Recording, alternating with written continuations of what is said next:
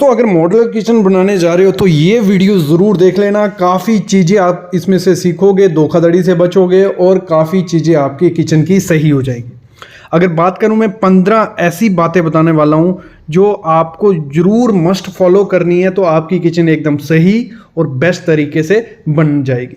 तो शुरू करते हैं आज का वीडियो, लेकिन उससे पहले प्लीज़ चैनल को सब्सक्राइब कर लो और बेल आइकन दबा लो। और 15 बातें आज हम करने वाले हैं। तो सबसे पहली चीज़ जो है, मोस्टली जो हमारा दिक्कत आती है, जो हम इसमें जालियाँ यूज़ करते हैं, एसएस की स्टेनलेस स्टील की जाली यूज़ करते हैं, लेकिन इसमें भी धोखाधड़ी हो जाती है। इसमें भी आपको चीज़ें चेक करनी होती है। कंपनी तो चेक करनी है, पता कर लीजिए आपके एरिया में कौन सी कंपनी के अच्छे स्टेनलेस स्टील की जालियाँ आ रही हैं, क्योंकि उसमें काफ़ी टाइप की आती हैं, 4 इंच, 6 इंच, 8 इंच, तो वो अलग वीडियो रहेगी। तो उसमें आपको कंपनी यूज़ करनी है, लेकिन उसमें आपको ग्रेड देखना है। आपको ग्रेड देखना है। स्टेनलेस स्टील का ग्रेड 2 जो मोस्टली यूज़ किया जाता है, 202 ग्रेड और 304 ग्रेड।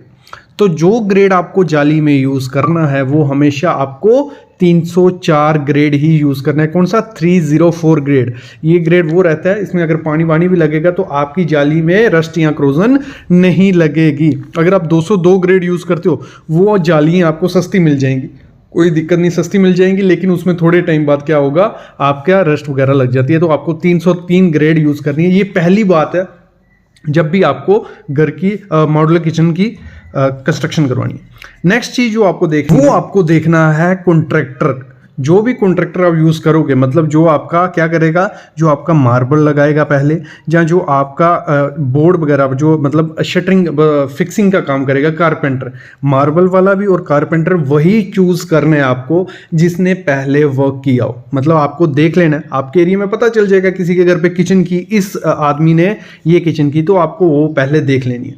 ये काफ़ी ज़्यादा धोखाधड़ी होती है। इसमें होती क्या है धोखाधड़ी, कोई भी जो मार्बल वाला रहेगा या कारपेंटर रहेगा, वो आपको बोल देगा नहीं जी मैं करता हूँ मॉड्यूलर किचन का काम, क्योंकि हालांकि सबको मॉड्यूलर किचन का काम नहीं आता। ये मत सोचना कोई भी मार्बल वाला, कोई भी कारपेंटर आपका मॉड्यूलर किचन नहीं बना देगा। काम शुरू कर देगा, आपको बीच में फंसा देगा, काम को उल्टा सीधा कर देगा। कारपेंटर मार्बल वाले पे डालेगा कि उसकी गलती थी, और मार्बल वाला मिस्त्री पे डालेगा कि उसने गलत किया था। ये सब चीज़ें चलती रहती हैं, और बीच में पिसता कौन है? पिसते हो आप। आपका पैसा वेस्ट होता है, क्योंकि इसकी अगर हम मटेरियल की बात करें, जो इसका मटेरियल होता है वो काफ़ी ज़्यादा कॉस्टली होता है। कारपेंटर के लिए जो मटेरियल लगेगा या मार्बल में जो मटेरियल लगेगा, काफ़ी ज़्यादा कॉस्टली होता है। तो आपको हमेशा चूज़ वही कॉन्ट्रैक्टर करना है जो एक्सपीरियंसड हो, पुराना देख लेना है उसका काम, फिर ही उसको हायर करना है, सब बातें क्लियर करके। ये दूसरी चीज़ हो गई। तीसरी चीज़ होती है जो वही फिटिंग की है, जो चैनल यूज़ आपको करने। चैनल में क्या होता है, कंपनी तो आपको देख लेनी है, हिंदवेयर है, जो भी कंपनी आपके एरिया में अवेलेबल है। कंपनी हमेशा ब्रांडेड चीज़ें यूज़ करना, क्योंकि ये काफ़ी रिस्की होती हैं। अगर सस्ते में यूज़ करोगे थोड़े टाइम बाद वो ख़राब हो जाएंगी। तो 20 इंच का मोस्टली हमारा चैनल यूज़ किया जाता है, जिस पे एसएस जाली दौड़ाई जाती है। उसमें भी 2 टाइप के चैनल आते हैं, रिले वाले होते हैं। आपने देखा होगा जैसे आप बंद करते हो जाली को, तो थोड़ा लास्ट में कोई 2 इंच तक वो अपने आप अंदर चला जाता है। मेरे ख्याल में वो क्या होता है, डबल रेट होता है बाकी वालों से। तो वो अगर चूज़ करते हो तो देख लेना, आप अच्छी कंपनी होनी चाहिए। मेरे ख्याल में सिंपल में जाना चाहिए, क्योंकि सिंपल वाला चैनल जो आता है वो 300 से 350 में मिल जाएगा, और रिले वाला जो चैनल रहता है वो रहता है आपका 600 से 700 रुपये में रहता है। वो डबल खर्चा उसमें पड़ जाता है। तो ये आपको चूज़ करना है इसमें से कौन सा यूज़ आपको करना रहेगा। अगली चीज़ आपको यूज़ करनी है, जो प्लाईवुड आप यूज़ करने वाले हो, बोर्ड जो जिसकी आपकी ऊपर वाला कप बोर्ड बनता है, जो पार्टीशंस बनती हैं, पूरा बोर्ड बनेगा जो 12 इंच का रहता है हमारा छोटा सा ऊपर।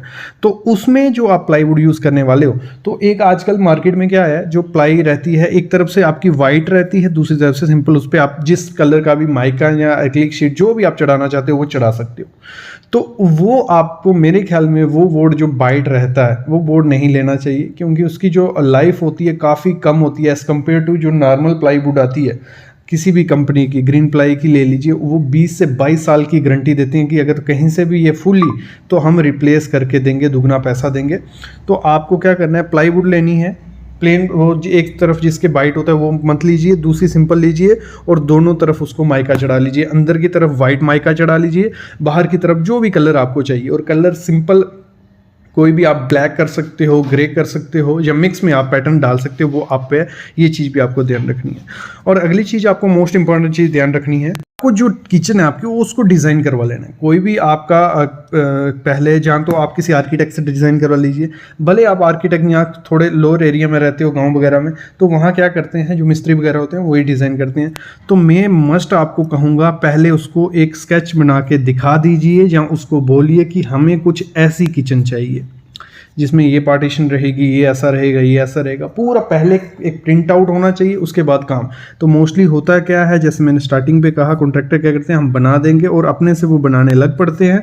उनको आइडिया कुछ नहीं होता है, एक जैसे पैनल बना के रख देंगे, वो अच्छे नहीं दिखते हैं। वो मतलब आप खर्चा भी करने जा रहे हो, और अगर उसमें कोई आपको पैटर्न नहीं दिखता है, कुछ बीच में मिरर वाले होंगे, कुछ छोटे होंगे, कुछ बड़े होंगे। तो मॉड्यूलर किचन का वही है कि आप हर चीज़ मॉड्यूलर वे से कर रहे हो। नाम में ही मॉड्यूलर है, तो मॉड्यूलर वे से हर चीज़ होनी चाहिए। तो उसका डिज़ाइन ज़रूरी होता है, ज़्यादा कॉस्टली नहीं होता है। किसी भी किचन को डिज़ाइन करने के लिए 2000 से 3000 रुपये खर्चा आता है, तो वो कर लीजिए। जहाँ आप पिक्स के थ्रू आप अपने मिस्त्री या कॉन्ट्रैक्टर को दिखा सकते हो कि हम इस तरीके से जाना चाहते हैं। नेक्स्ट चीज़ जो इसके कब्जे होते हैं, इन कई जगह डड्डू कब्जे भी उनको बोला जाता है, जैसे आप सामने देख रहे हो। ये डड्डू कब्जे जब फिक्स किए जाते हैं, इसमें भी काफ़ी चीज़ें ध्यान देनी पड़ती हैं। इसमें मोस्ट इंपॉर्टेंट चीज़ आपको कंपनी तो देखनी है, क्योंकि जो स्टील यूज़ किया जाता है, छोटी कंपनी आपको ये कब्जा 150 से 200 रुपये में दे देगी, ठीक है। 150 से 200 रुपये में एक कब्जा आपको मिल जाएगा, लेकिन थोड़े टाइम बाद वो खोलने ओपन बंद करने से वो खराब हो सकता है। मोस्टली मॉड्यूलर किचन में दिक्कत कहाँ आती है, जो डड्डू कब्जे यूज़ किए जाते हैं वो थोड़े टाइम बाद ख़राब हो जाते हैं। तो आपको एक अच्छी कंपनी देखनी है और देखना है, क्योंकि आगे इसको लगते हैं 2 स्क्रू, पीछे लगते हैं 4 स्क्रू। वो 6 के 6 स्क्रू लगे होने चाहिए, और कईयों में 2-2 स्क्रू रहते हैं, आगे 2 पीछे 2। वो कभी नहीं ध्यान, वो चीज़ें नहीं करनी है। और कभी भी इसको बंद करना है जब आपको, तो इसको फोर्सली बंद नहीं करना है, आपको इसको छोड़ा धक्का देके छोड़ देना है, बाकी काम खुद डड्डू कब्जा कर देता है।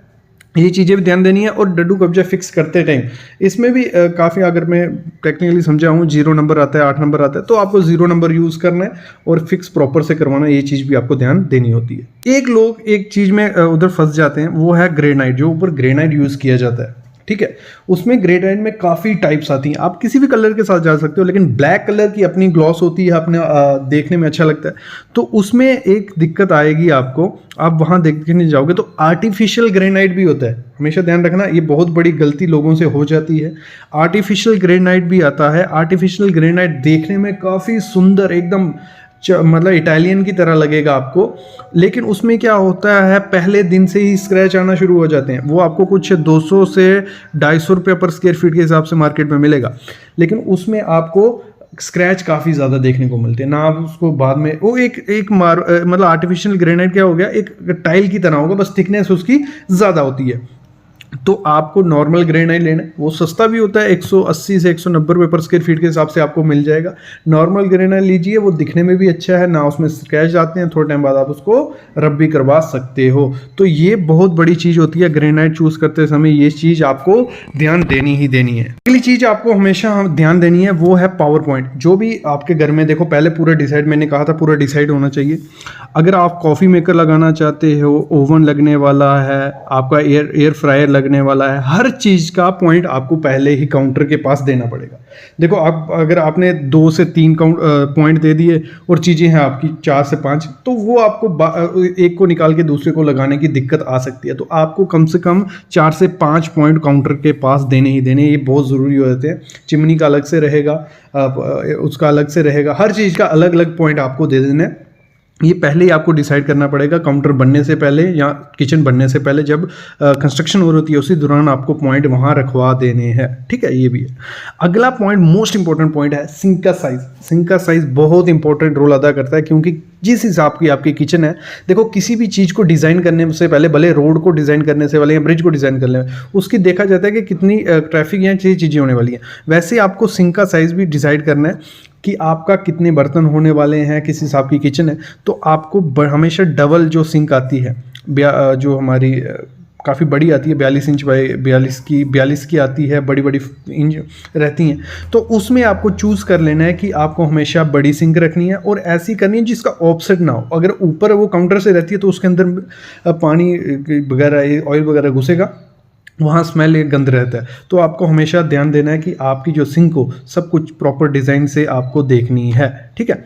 और मोस्ट इंपॉर्टेंट चीज़ अगली भी है, क्योंकि जो भी 15 चीज़ें मैं बताने वाला हूँ वो मोस्ट इंपॉर्टेंट है अगर किसी मॉडल किचन को आप बनाने जा रहे हो। तो ये आपको ध्यान देनी पड़ेगी, आपका कॉन्ट्रैक्टर या आर्किटेक्ट नहीं देगा, तो आपको ये मस्ट देखना होता है। तो जो स्टैंडर्ड साइज़ रहते हैं हर चीज़ का, जैसे मैंने कल की वीडियो लाई थी, आपका काउंटर का क्या साइज़ होना चाहिए, आपकी चिमनी का क्या हाइट होनी चाहिए, आपका नीचे जो ऑफसेट है वो कितना रहना चाहिए, आपका काउंटर की शेल्फ कितनी होनी चाहिए, ऊपर जो कपबोर्ड बनेगा उसकी लेंथ कितनी, ये सब चीज़ें मैटर करती हैं। आपको स्टैंडर्ड साइज़ के हिसाब से करना है। ये 10 सीरीज़ में मैं कुछ ऐसे नहीं बोलने वाला हूँ, ये सब इंपॉर्टेंट चीज़ें होने वाली है। लास्ट वाली वीडियो देख लेना, पार्ट 2 जो था।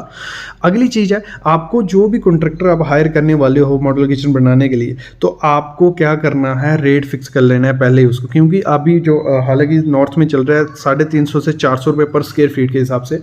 तो इसका भी मेजरमेंट का मैं वीडियो लाऊंगा, किस हिसाब से मेजरमेंट होती है, क्योंकि इसमें भी धोखाधड़ी कर दी जाती है। तो इसकी मेजरमेंट होती है बाहर से, जो आपका बाहर से दिख रहा है उसकी मेजरमेंट की जाती है।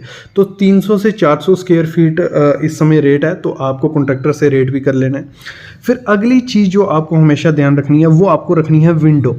आपको आपकी भले किचन छोटी है बड़ी है, आपको एक विंडो तो ज़रूर रखनी है। बड़ी किचन है तो 4 बाई 5 फुट की आपकी विंडो रखिए, भले चिमनी लगा रहे हो, लेकिन विंडो का अपना काम होता है, तो आपको विंडो मस्ट अपने रूम में रखनी है। अगर बाई चांस कई लोगों का घर क्या होता है, चारों तरफ से बंद होता है, तो वहाँ पे कोशिश करिए एग्जॉस्ट फैन लगाइए, जहाँ अंदर के थ्रू पाइप करके आपको एक एग्जॉस्ट रखना पड़ेगा चिमनी के साथ, तो वो काफ़ी ज़्यादा अच्छा रहता है, ठीक है।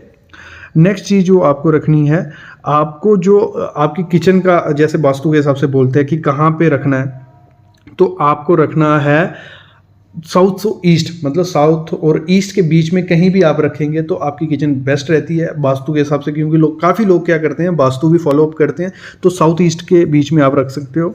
नेक्स्ट चीज़ है, जब आपका काउंटर बनता है तो आपका जो किचन का पॉइंट रहता है, तो किचन के जो काउंटर पे ना, जो जहाँ हम गैस रखते हैं, गैस स्टोव रहता है, तो उसको इस हिसाब से गैस स्टोव लीजिए कि पीछे थोड़ी जगह बचे, मतलब कम से कम 1 फीट जगह बचे या आधे फीट जगह बचे गैस रखने के बाद भी, कि आपके जो चूल्हे हैं, 3 से 4 चूल्हे हम होते हैं हमारी जो मॉडल किचन में, तो वो सारे चूल्हे काम में आ जाएं। अगली चीज़ जो आपको ध्यान देनी है, जो गैस का पॉइंट होता है, मतलब जब सिलेंडर रखना है तो हमेशा बाहर का ही पहले ही डिज़ाइन इस हिसाब से मॉड्यूलर किचन कीजिए कि सिलेंडर आप बाहर रखिए, मतलब आपका सिलेंडर का पॉइंट बाहर आए, और सीधे अंदर पॉइंट रखा होता है टूटी जैसे, उसमें से लगा के आप गैस यूज़ कर सकते हो। जैसे शुरू में हमने बात की थी SS जाली की, तो जो SS जाली है वो आपको कंपनी की यूज़ करनी है। मैंने स्टार्टिंग में भी कहा था क्यों कंपनी की यूज़ करनी है, तो उसमें काफ़ी दिक्कत आती है। अगर आप कंपनी की यूज़ नहीं करोगे तो उसमें क्या होता है, SS जाली थोड़ी टेढ़ी मेढ़ी रहती है, तो फिटिंग में काफ़ी ज़्यादा दिक्कत आती है टेढ़ी मेढ़ी होने की वजह से। चैनल, क्योंकि चैनल फिक्स है, मार्बल का ग्रेनाइट पूरा फिक्स टू फिक्स होता है, तो अगर थोड़ी भी टेढ़ी हुई तो वो आपका चैनल प्रॉपर से नहीं चलेगा, और वो काफ़ी ज़्यादा दिक्कत आपको आगे आ सकती है। आपके चैनल लीक हो सकते हैं, तो ख़राब वो देखने को लगता है। नेक्स्ट चीज़ जो है, एक काफ़ी गलती हो जाती है लोगों से, जो ग्रेनाइट लगाया जाता है काउंटर पे, तो उसके नीचे जो हमारे वर्टिकल मार्बल की पार्टीशन आ रही है, उसके ऊपर एक मार्बल आना चाहिए, उसी के ऊपर ग्रेनाइट आना चाहिए। तो काफ़ी जगह क्या हो जाता है कि लोग क्या करते हैं, नीचे पार्टीशन देते हैं मार्बल की और ऊपर डायरेक्ट ग्रेनाइट डाल देते हैं। वो आपको नहीं करना है, आपको पार्टीशन देनी है और फिर मार्बल डाल के ऊपर एक मार्बल की लेयर डाल के फिर आपको ग्रेनाइट यूज़ करना है। और जैसे मैंने पहली वीडियो में कहा था, जो आपकी वर्टिकल ग्रेनाइट मार्बल लगेगा, पार्टीशन की जाती हैं, तो वो 2 यूज़ करनी है आपको, मतलब जो हमारी 16 mm की होती है, 2 यूज़ करनी है, बीच में 6 mm की प्लाई उसके यूज़ आपको करनी ही करनी है। ये चीज़ भी आपको देनी है ध्यान। और जो सिंक वाला हमारी फ्लोरिंग की बात करें, जो सिंक वाला एरिया होता है, उसको आपको थोड़ा मतलब आधा इंची आपको डाउन रखना है, कि उसमें से जो पानी जाएगा वो आपको पूरे किचन में नहीं जाए, वहीं से नीचे अंदर चला जाए। तो ये बातें थी, 15 बोल के मैंने 15 से 20 बातें आपको बता दी, जो बहुत इंपॉर्टेंट है। आपको किचन को बनाने के टाइम आपको ये ध्यान रखनी है। और ऐसी वीडियो हमारी कंटिन्यू रहेंगी मॉड्यूलर किचन पे, और मैं वीडियोस लाने वाला हूँ। 3rd पार्ट है, 7 वीडियो और बैलेंस है, तो और आप सीखोगे। प्लेलिस्ट अलग से बनी हुई है, देखो, सीखो और अच्छे से इस चीज़ को बनाओ। Thank you guys.